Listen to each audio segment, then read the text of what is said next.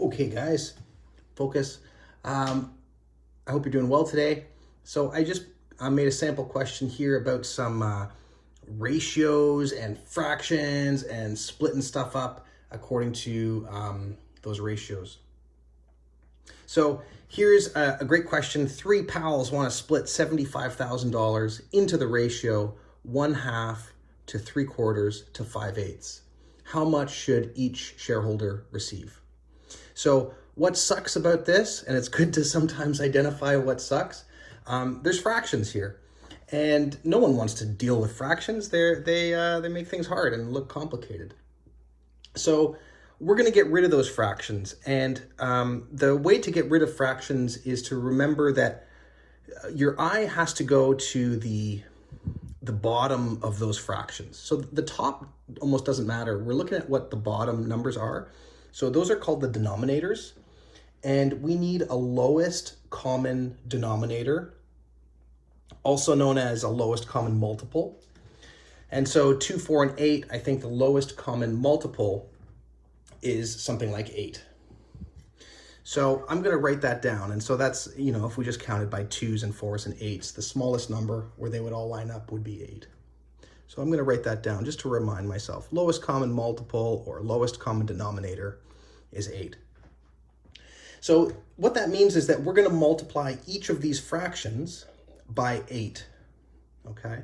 And that's going to get rid of the fraction and make it a nice, clean, solid whole number. So on the calculator, let's see if we can get some better light here. You have kind of two options. One is this button down here on the bottom. This is your fraction button, so ABC. So something like 1/2, you can put in as 1 fraction button 2. So that gives you 1/2. And then we're going to multiply that by 8. Oops. So times 8, and it gives us 4.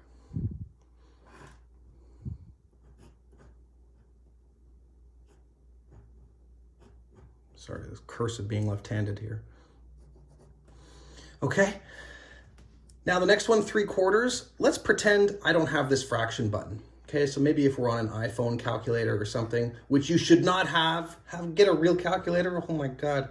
But let's say, for instance, maybe your fraction button is broken today. So what we can do here is go 8 times the top number, so 8 times 3, divided by the bottom number of 4. So that's going to give us 6. That's kind of like the trick of not using the fraction button. So 8 times 5 divided by 8 gives us 5. So now we've tweaked these numbers. 1/2, 3/4, and 5/8 is now 4, 6, and 5. So nice, clean, whole numbers. Right? They're a little bit easier, a little bit less intimidating to work with, and they're proportionately equal. So they mean the same thing. Our ratio did not change at all. It's just a larger version. Okay. So our next, so basically what's happened here is we're realizing that someone in this company has 4 shares, someone in this company has 6 shares, and the last person has 5 shares in this company. If we add all of that up, we get 15 shares. So this entire company is made up of 15 shares. And we want to split $75,000. Oops, $75,000. So we're going to take the 75,000 and we're going to divide by 15 shares. That's going to give us $5,000 for every 1 share.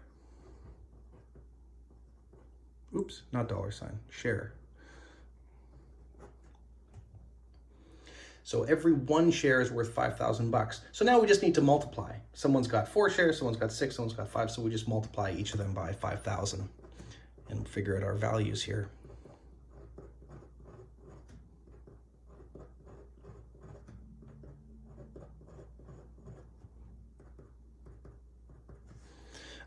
So 4 times 5,000 is 20. 6 times 5,000 is 30. 5 times 5,000 is 25. So we've been able to sort of like split up that 75,000 bucks into the three shareholders, the person with 4 shares, the person with 6 shares, and the person with 5 shares. And what's epically cool about this is that if we were to add up these numbers, right, just put a little border there, little bracket to kind of remember what we're adding. But if we were to add all those numbers up, holy schmolies, we would get back to 75,000 bucks. So we have a pretty clear indication that, okay, we've split stuff up correctly. When we add them up, we can get back to the 75,000 bucks. So a couple of tricks to this question, right? When it gives you the ratios in fraction form, always convert them to whole numbers. And you do that by multiplying by the lowest common multiple. Then add up the total number of shares. So 4, 6, and 5 gives you 15 shares. And take the number that you want to split up, like the 75,000, and divide it by 15. That gives you a price per share. And then multiply by the number of shares each person has. So that's going to give you your breakdown. So somebody's going to get 20 grand, someone's going to get 30 grand, someone's going to get 25 grand. Boy, it would be nice to have that kind of money right now, eh? Anyway, hope you're doing great, everybody. We'll talk to you soon.